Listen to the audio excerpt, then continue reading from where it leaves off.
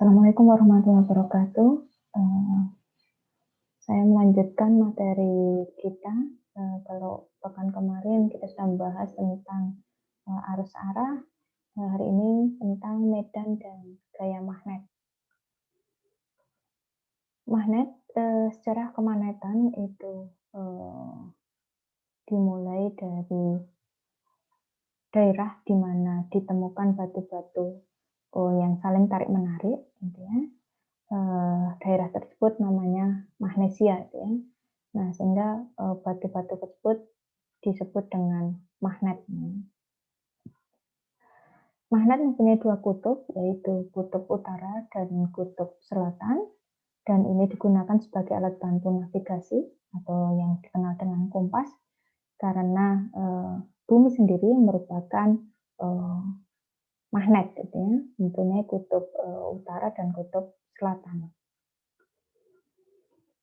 Nah, ini ya, jadi bumi itu, eee, seumpama magnet raksasa gitu ya. Jadi di dalam, inti bumi gitu ya, terdapat, eee, apa, eee, nikel ya, eee, yang, membentuk, suatu, daerah gitu ya, yang hampir serupa dengan, magnet batangan gitu ya, dengan kutub utara dan kutub selatannya, ya. Sehingga ketika, ada magnet gitu ya, di permukaan bumi gitu ya, maka,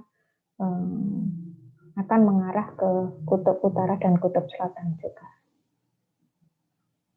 Nah, sifat kemagnetan bahan, ya, eee, kalau kemarin waktu kita belajar tentang elektrostatis gitu ya, di dalam kelistrikan ini, kita mengenal struktur yang paling sederhana, itu adalah muatan, eee, terisolasi atau muatan yang berdiri mandiri, yaitu Q gitu ya. Kemudian jika dua buah muatan berlawanan tandanya ditempatkan berdekatan, maka akan membentuk suatu dipol listrik gitu ya, suatu dipol listrik atau pasangan listrik gitu ya. Nah, yang kemudian, di sekitar dipol listrik itu gitu ya, akan timbul medan, listrik ya, kalau, muatan positif ya, medan listriknya berarah keluar, kemudian kalau, muatan negatif, medan listriknya berarah ke dalam gitu ya. Nah, begitu juga di dalam kemagnetan, kita tidak mengenal satu kutub magnet terisolasi, gitu ya, tetapi struktur yang paling sederhana di dalam kemagnetan itu adalah dipol magnet, gitu ya. Jadi dipol magnet itu, pasangan antara kutub, utara dan kutub selatan, gitu ya. Nah, usaha untuk mengisolasi salah satu kutub itu tidak akan pernah berhasil, gitu ya. Jadi, misal ada suatu magnet batang gitu ya, walau itu dipecah-pecah menjadi sangat-sangat kecil gitu ya, maka setiap bagian dari magnet batang itu akan tetap mempunyai kutub utara dan kutub selatan gitu ya. Jadi pecahan-pecahan tersebut, eee, membentuk dipol-dipol baru gitu ya, bukan, kutub-kutub yang terisolasi. Nah ini ya, jadi, ini ada satu magnet batang dengan kutub selatan dan kutub utara. Ketika dipecah maka akan, menjadi bagian, kutub selatan dan kutub utara, kutub selatan dan kutub utara, tidak, menjadi kutub utara sendiri atau kutub selatan sendiri. Nah, itu bedanya antara, kelistrikan dan kemagnetan. Jadi kalau kelistrikan, muatan positif dan muatan negatif itu bisa bisa dipisahkan gitu ya. Tetapi dalam kemagnetan, kutub magnet itu tidak dapat dipisahkan. Nah, berikut perbedaan garis-garis gaya magnet, dan listrik ya. Jadi ini tadi, contohnya ini magnet batang, ini magnet solenoida, kutub utara dan kutub selatan gitu ya. Itu jadi satu dipol yang tidak bisa terpisahkan, dan ini adalah garis-garis yang menunjukkan, medan magnet gitu ya. Nah, sedangkan kalau di dalam kelistrikan itu ada muatan negatif, ada muatan positif, baru membentuk satu dipol. Dan muatan negatif dan muatan positif ini bisa terisolasi sendiri atau bisa terpisah sendiri, bisa berdiri sendiri. Ya. Nah, ini adalah garis-garis medan listriknya. Nah, kita tahu antar kutub magnet itu seperti halnya di dalam listrik, kalau di dalam listrik muatan yang sejenis itu tolak-menolak, dan muatan yang berbeda jenis itu adalah tarik-menarik. Begitu juga di magnet, gitu ya. Kutub yang sejenis itu akan tolak-menolak, sedangkan kutub yang tidak sejenis itu akan tarik-menarik. Nah, ini secara atomik, gitu ya, medan magnet, gitu ya, secara skala mikro, skala atomik, itu sebenarnya gerak mengorbit dan gerak spin elektron di dalam atom itu juga menimbulkan medan magnet, gitu ya. Jadi ketika elektron mengorbit, kemudian juga bergerak atau berotasi pada dirinya sendiri untuk spin, gitu ya, maka itu juga akan menimbulkan magnet, gitu ya. Nah, kombinasi kedua medan magnet itu bisa saling menguatkan ataupun saling melemahkan dan menghasilkan medan magnet atom dalam skala kecil, gitu ya. Nah, kita mengenal adanya domain magnet, gitu ya. Apa itu ya domain magnet itu? Ini ya, kita ambil contoh materi magnet atau bahan magnet, ya, bisa iron, cobalt atau nikel, ya. Itu sebenarnya terdiri dari bagian-bagian yang sangat kecil dari atom, gitu ya, yang membentuk kutub magnet, gitu ya, kutub magnet. Ya. Nah, daerah inilah yang disebut dengan domain magnetik, gitu ya, domain magnetik. Jadi ini ya, contohnya ini ya. Nah, ini di dalam satu misal ini paku, gitu ya, paku, gitu ya. Ini di dalam paku ini terdapat banyak sekali domain-domain magnetik, gitu ya, yang masing-masing domain itu membentuk kutub utara dan selatan, gitu ya. Jadi sekumpulan atom, gitu, yang membentuk kutub utara dan kutub selatan, dan eh, arahnya itu acak, gitu ya, arahnya itu acak. Tetapi, gitu ya, kalau ada magnet, gitu ya, yang mendekat pada bahan bahan ini tadi ya, paku ini tadi ya. Jadi misal paku itu didekati dengan magnet, misalnya magnet batangan ini dengan kutub selatan dan ini kutub utara itu ya. Maka domain-domain magnetik, arah-arah domain magnetik di dalam atom-atom dari paku ini dia akan menyejajarkan atau mengarahkan dirinya, gitu ya, mengarahkan dirinya, ya, sehingga yang kutub utara juga kutub utara, kutub selatan, dan kutub selatan, gitu ya. Jadi ini antara kutub selatan dengan kutub utara tarik menarik itu saling mendekat itu. Jadi apa namanya eh, apa namanya membentuk formasi, gitu ya, membentuk formasi gitu ya. Atau menempatkan dirinya, gitu ya, menempatkan dirinya sesuai dengan kutub-kutubnya. Ya, kalau ini ada kutub magnet dari eh, dari luar, gitu ya. Nah, pada tahun ini ya, sekitar tahun ini ya, tahun 1777 sampai 1851 ini seorang ilmuwan Hans Christian Ørsted ini hidup di tahun ini, itu menemukan bahwa ketika jarum kompas yang diletakkan di dekat kawat arus, ya, kawat berarus, kawat yang dialiri arus listrik, gitu ya, ternyata jarum kompas itu bergerak, gitu ya, jarumnya menyimpang, gitu ya, jarum dari kompas itu menyimpang atau bergerak, gitu ya. Nah, ini menunjukkan bahwa arus listrik itu mempengaruhi magnet, gitu ya, atau artinya menghasilkan kemagnetan, gitu, menghasilkan kemagnetan. Nah, dari penemuan Ørsted ini, ya, kemudian diformulasikan bahwa arus yang mengalir di dalam suatu penghantar, gitu ya, akan menimbulkan medan magnet di sekitar kawat penghantar tersebut, gitu ya. Nah, kemudian melalui serangkaian percobaan, gitu ya, ketika arusnya ini ya, berarah ke sini, ya, berarah ke atas, itu medan magnet nya seperti apa ya, dengan menggunakan jarum kompas ini tadi, kutub utara dan selatannya gimana, kemudian ketika arusnya dibalik berarah ke bawah bagaimana ya. Nah, dari eksperimen-eksperimen tersebut dapat digambarkan bahwa garis-garis medan di sekitar arus kawat berarus itu seperti ini. Nah, itu ternyata mengikuti yang namanya kaidah tangan kanan. Kaidah tangan kanan yang bisa kita pakai untuk menentukan arah medan magnet. Seperti ini, arah arus ke atas itu sesuai dengan ibu jari ini ya. Nah, kemudian arah medan magnetnya adalah sesuai dengan jari-jari yang ditekuk ini. Nah, sehingga terkenal dengan namanya kaidah tangan kanan untuk menentukan arah medan magnetnya. Gitu ya. Juga kalau I-nya ke bawah, gitu ya, maka arah medan magnetnya dibalik ke sini. Gitu ya.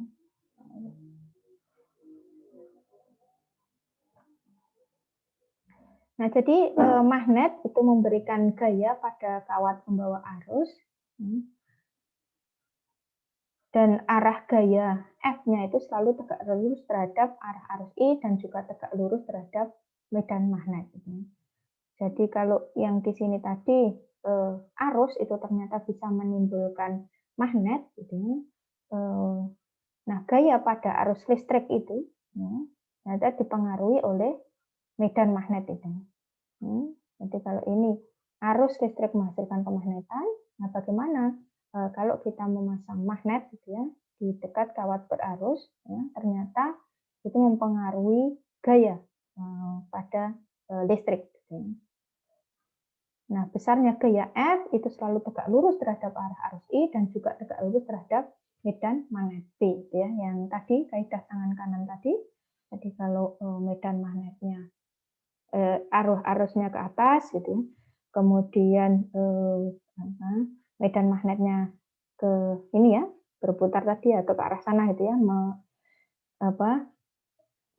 tegak lurus gitu ya. Kemudian gayanya gitu ya, arah gaya gitu ya, itu juga tegak lurus dengan keduanya. Nah, ini dicontohkan gitu ya, kalau ini kutub positif dari baterai, ini kutub negatif gitu ya. Kemudian berarti arah arus gitu ya, ini dari sini ya menuju panah ini ya, dari positif ke negatif gitu ya. Nah, kemudian arah medan magnet itu dari dia keluar dari kutub utara ke selatan ya. Maka F-nya itu ke bawah gitu ya. F-nya ke bawah. Ini ya. Dengan kaidah tangan kanan tadi. Nah, kemudian kalau dibalik arah arusnya ke sini, ya, ini kutub positif, hingga arusnya ke sini, maka F-nya yang ke atas. F-nya yang ke atas. Nah, secara perumusan F itu akan sama dengan I L kali B kali sin theta, gitu ya. Atau mungkin dulu waktu kalian SMA disingkat bila sinta, gitu ya. B kali I kali L kali sin theta, gitu ya. Di mana L itu adalah panjang kawat, kemudian B itu adalah medan magnet, dan I itu adalah arusnya. Kemudian sin theta itu adalah sudut antara arah arus dengan medan magnet. Nah, kemudian satuan untuk medan magnet itu adalah Tesla ya, atau nano per ampere meter. Nah, ini ada contoh, nanti kalian kerjakan sebagai tugas. Sepenggal kawat berarus besar 30 ampere, kemudian panjang kawat tersebut ada 12 cm, membentuk sudut theta 30 derajat terhadap arah medan magnet seragam senilai 0,9 Tesla. Tentukan besarnya gaya pada kawat tersebut. Nah, kemudian selanjutnya adalah gaya pada muatan listrik yang bergerak di dalam medan magnet. Kalau tadi kawat itu berarti kumpulan dari muatan-muatan listrik yang banyak. Nah, bagaimana kalau hanya ada satu muatan listrik yang bergerak di dalam magnet, maka gayanya ya, bisa kita rumuskan sebagai F sama dengan QV B sin theta, gitu ya. QV B sin theta. Di mana Q itu adalah muatan, ya, besarnya muatan, kemudian V itu adalah kecepatan dari muatan tersebut, kemudian B itu adalah medan magnet. Dengan perjanjian ini ya, kalau tanda silang itu berarti B-nya itu atau arah medan magnetnya itu menembus bidang atau menjauhi kita. Kalau dot itu berarti keluar bidang atau mendekati kita. Nah, ini contohnya kalau muatan listrik yang bergerak di dalam medan magnet, itu contohnya proton ketika bergerak ke bawah dengan laju 5 kali 10 pangkat 6 meter per sekon, kemudian mendapatkan gaya sebesar 8 kali 10 pangkat min 14 newton ke barat. Ketika bergerak ke arah utara, ia tidak merasakan gaya. Ya, maka tentukan besar dan arah medan magnet di daerah ini. Kemudian medan magnet yang disebabkan oleh kawat berarus. Jadi ya, medan magnet yang disebabkan oleh kawat berarus, berapa besar B-nya? Besar B-nya bisa dirumuskan sebagai mu0 per 2 pi kali I dibagi R. Ya, di mana R itu adalah jarak di mana kita mau mengukur medan magnet tersebut terhadap kawat. Nah, ini contohnya berapakah besar medan magnet pada jarak 10 cm dari kawat berarus yang dialiri arus 25 ampere jika diketahui mu0 atau permeabilitas ruang hampa itu adalah 4 pi kali 10 pangkat min 7 tesla meter per ampere. Nah, kemudian bagaimana gaya antara dua kawat yang paralel ya? Kalau ada dua buah kawat konduktor yang dialiri arus listrik, bagaimanakah gaya antara dua kawat tersebut? Dirumuskan sebagai F per L itu sama dengan mu0 per 2 pi I1 kali I2 dibagi L. Ya, di mana ya, yang L kecil itu adalah panjang kawat gitu ya.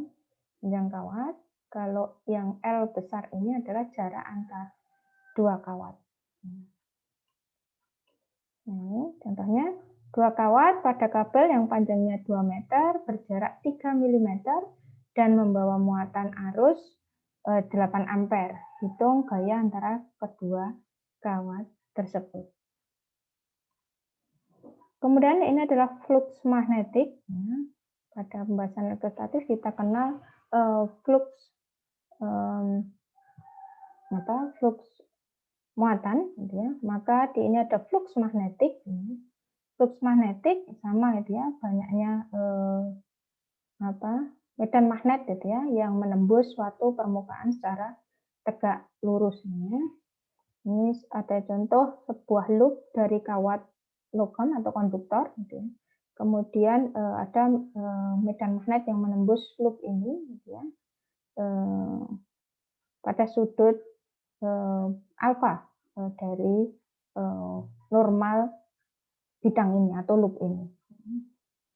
Jadi A itu adalah luas permukaan loop, B itu adalah kuat medan magnet, ini alfa itu adalah sudut antara medan B dan garis normal pada permukaan. Maka flux magnetik itu bisa dirumuskan sebagai A dot B kali cos theta.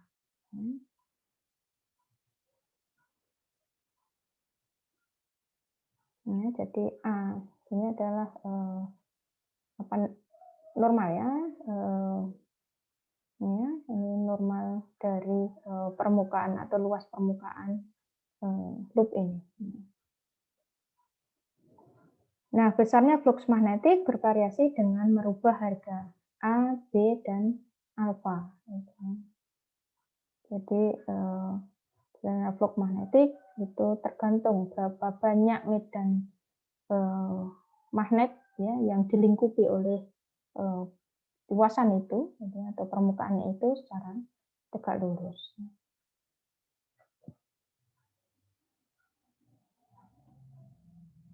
Nah, kemudian ini adalah induksi magnetik. Jadi induksi magnetik itu bagaimana kita menginduksi atau membuat suatu konduktor itu menjadi bermuatan dengan mempunyai arus listrik dengan cara merubah jumlah flux magnetik gitu ya yang dilingkupi oleh luasan tersebut gitu ya. Jadi misalnya di sini ada kawat konduktor, kawat berarus ya. Nah, kemudian kita bisa memvariasi jumlah flux magnetik dengan cara menggerakkan ya magnet gitu ya ke dalam dan keluar dari loop ini ya. Sehingga perubahan flux magnetik ini akan menyebabkan timbulnya GGL induksi gitu ya, GGL induksi karena adanya perubahan jumlah flux sehingga menimbulkan perubahan jumlah arus. Bisa dilihat ketika dimasukkan gitu ya, magnet gitu ya, maka ada arus yang mengalir sehingga jarum ampere meter di sini menyimpang. Gitu.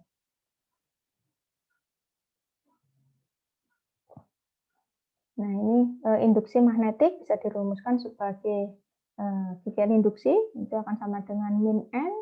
N itu adalah jumlah lilitan, kemudian delta flux dibagi dengan delta T, gitu ya. Atau kalau dalam skala kecil, gitu ya, maka d flux dt, gitu ya. Atau ini adalah laju perubahan flux magnetik, gitu ya, di dalam kumparan ini. Gitu. Nah, ini contohnya kumparan dengan 80 litan memiliki jari-jari 5 cm, kemudian hambatannya 30 ohm. Ditanyakan berapakah besar perubahan medan magnet yang tegak lurus bidang kumparan tiap sekunnya agar menghasilkan arus sebesar 4 ampere.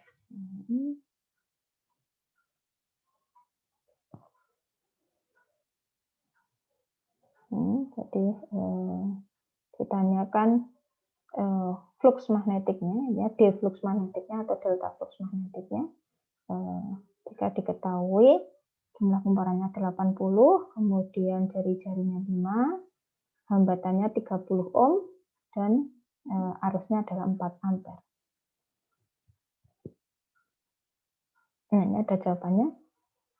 Kalian nanti bisa mengerjakan sebagai tugas. Kemudian bagaimana memproduksi GGL bolak-balik?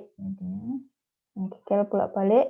Jadi dengan tadi ya, kita kalau ini tadi magnetnya yang dimasukkan, dikeluarkan, dimasukkan, dikeluarkan, maka kita juga bisa gitu ya dengan cara memutar gitu ya, atau membuat menggerakkan gitu ya, menggerakkan solenoida atau luasan yang dilingkupi medan magnet itu gitu ya, dengan kecepatan tertentu, misal ini omega gitu ya. Hingga alfa itu sama dengan omega T, perubahan sudut antara A dan B ini sebesar omega T. Ya. Maka GGL induksi gitu ya, bisa kita tulis juga sebagai A, B, omega sin, omega T. Ya. Nah, kalau ada N lilitan, maka tinggal mengalihkannya dengan N. Ya. N, AB, omega sin, omega T. Ya. Nah, ini NAB omega ini biasa juga disebut dengan GGL awal gitu ya, 0. Nah, tergantung nanti kecepatan putarnya berapa, ini menentukan sin omega T. Nah, aplikasi dari induksi magnetik ini contohnya ya, ini tadi ya, pada galvanometer gitu ya, jarum penunjuk itu ya, jarum penunjuk untuk kecepatan. Nah, ini ada arus gitu ya. Arus loop tadi ya, loop itu yang di kawat yang berbentuk loop dan yang di aliri arus gitu ya. Nah, kemudian ini ada pivot di sini yang bisa digunakan untuk menggerakkan loop ini, dia menggerakkan loop ini, ya, sehingga dan ini pivot ini menyambung, gitu ya, menyambung ke sebuah jarum. Ya, di sini ada pegas untuk mengatur ini jarum ini. Maka ketika ada pergerakan, gitu ya, di pivot ini, ya, maka akan ada perubahan medan magnet yang dilingkupi oleh loop ini, gitu ya, sehingga munculnya ada gaya, gitu ya, gaya di sini gaya F, gitu ya. Nah, sehingga karena ada ini yang dilingkupi berubah, gitu ya, maka arusnya berubah, gitu ya. Nah, sehingga ini akan bergerak, gitu ya. Jarum ini akan bergerak menunjukkan ke skala tertentu, gitu ya. Jadi kalau bergeraknya sekian, maka ini bergeraknya sekian, sehingga muncul di dalam jarum penunjuk. Jarum penunjuk. Jadi ini ada gaya ke sini, ada gaya ke sini yang menggerakkan pivot ini, menggerakkan pivot ini. Jadi intinya ada perubahan flux magnetik yang dilingkupi oleh loop ini, ya, sehingga menyebabkan gaya yang menggerakkan jarum.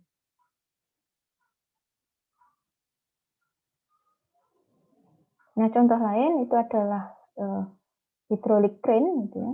Hydraulic crane, mungkin kalian di teknik sipil nanti akan banyak sekali berhubungan dengan alat-alat berat untuk konstruksi seperti ini, gitu ya. Hydraulic crane itu juga memanfaatkan induksi magnetik dari ini ya, alat berat ini. Jadi ini ada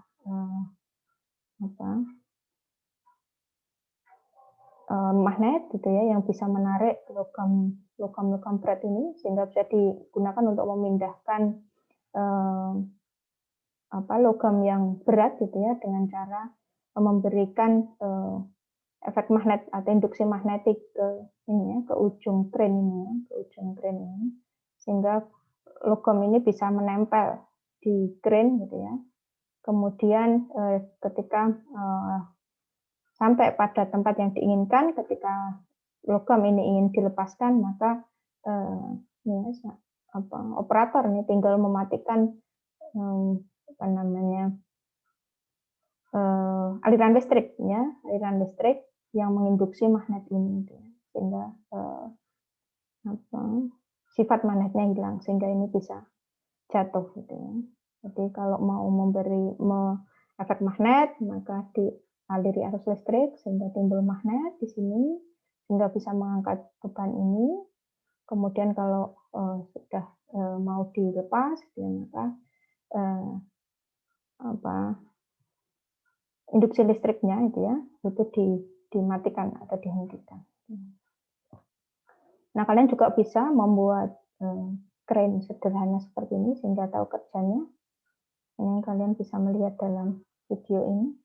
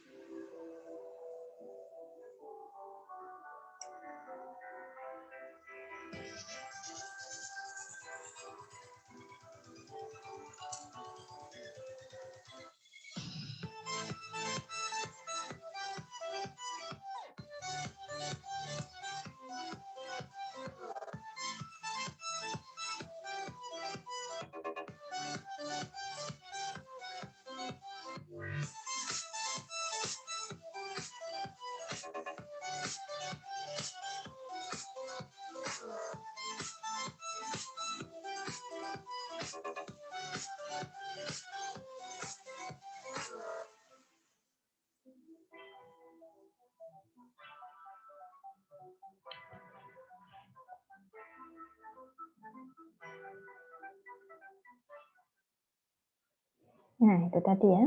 Jadi kalian bisa mencoba sendiri membuat peralatan-peralatan sederhana itu ya dari sifat-sifat magnet tadi ya. Nah, tugas kalian ini tadi ya, tugas terakhir menerangkan prinsip kerja dari kren tadi ya, berdasarkan sifat magnetnya tadi. Ya, kalau ini tadi di video ini masih manual ya, ininya ya, arah kerennya atau menggerakkan kerennya dengan speed tadi ya. Kalian mungkin bisa mencoba dengan teknologi yang lebih baru sekarang ya, mungkin dengan ini ya, robotik gitu ya, dengan Arduino gitu ya. Kalian mungkin bisa geraknya lebih cepat dan lebih bisa terkontrol. Nah, mungkin itu dulu materi kita hari ini. Silahkan kalian kerjakan tugas-tugas tadi, soal-soal tadi, kemudian kalian upload di Google Classroom, dan juga jangan lupa presensi di OJW dan Google Classroom. Terima kasih. Assalamualaikum warahmatullahi wabarakatuh.